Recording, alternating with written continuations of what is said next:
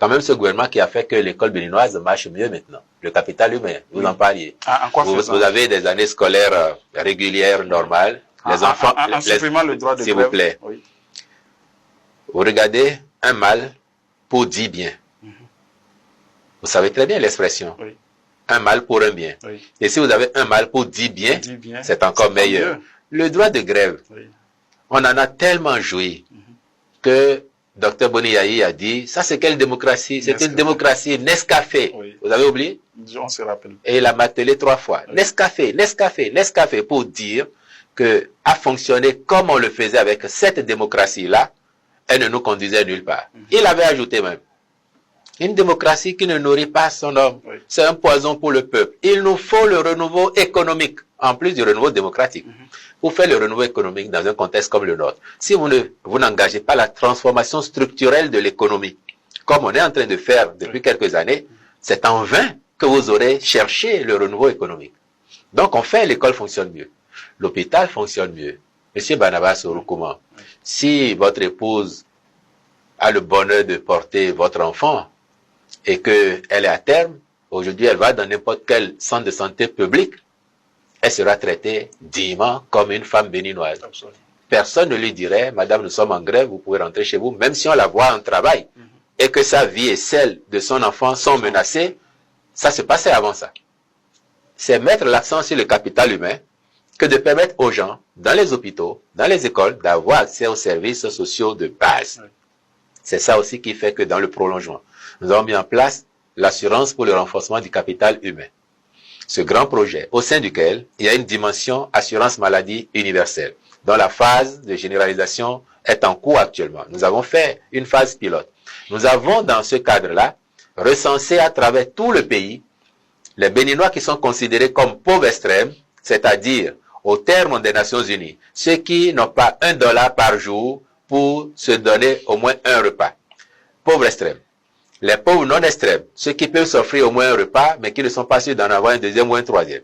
Et pour tout cela, nous avons dit que dans le cadre de l'assurance maladie, les pauvres extrêmes, l'État supporte à 100% leurs frais, depuis la consultation jusqu'aux soins, en passant par l'hospitalisation et autres. Les pauvres non extrêmes, l'État supporte 50%, eux-mêmes supportent 50%. Si ça n'est pas mettre l'accent sur le capital humain, comment vous l'appelez?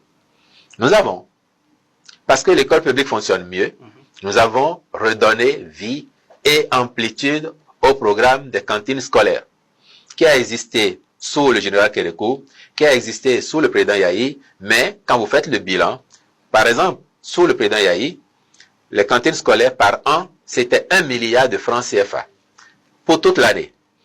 Du milliard, vous enlevez 200 millions pour le comité qui s'occupait de la gestion des cantines scolaires.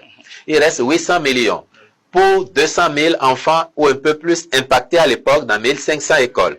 À l'arrivée, les enfants, ils ont mangé pendant 20 jours dans l'année scolaire, qui en compte 180, et puis les cantines scolaires étaient fermées.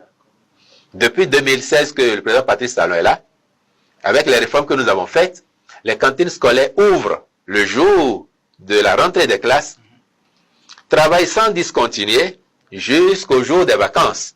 Donc les enfants mangent 180 jours dans l'année. L'année scolaire d'avant celle qui s'achève, nous avions mis pas moins de 35 milliards de francs CFA dans les cantines scolaires pour impacter 1 300 000 enfants dans plus de 5 000 écoles primaires publiques. Et vous voyez bien que là aussi, c'est s'intéresser au capital humain que de faire en sorte que les enfants, dès le bas âge, n'abandonnent pas les classes parce que leurs parents n'ont pas pu leur donner un repas chaud et qu'ils soient sûrs en allant à l'école publique qu'ils auront ce repas. Et maintenant, une nouvelle dimension de ce programme. Le programme de supplémentation pour les 1000 premiers jours.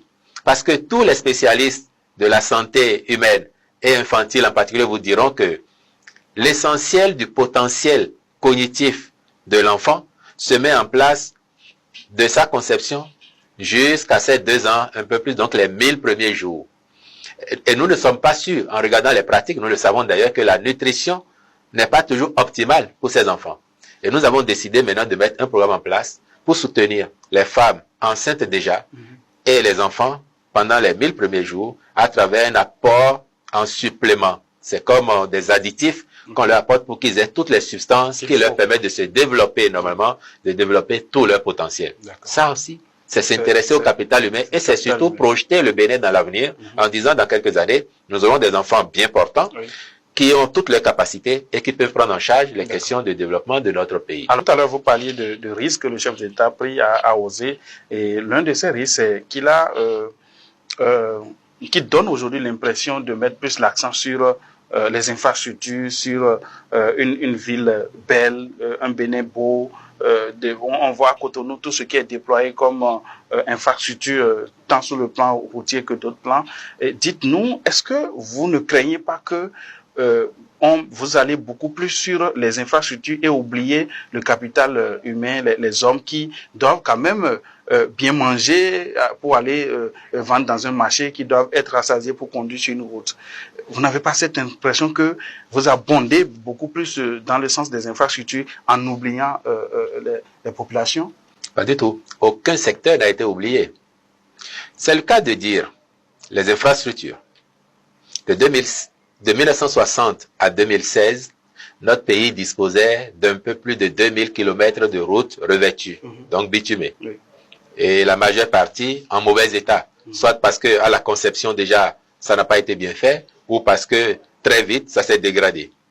De 2016 à aujourd'hui, le gouvernement a engagé pour plus de 3000 km de routes, soit en 8-9 ans, plus que ce qui a été fait en 56 ans avant.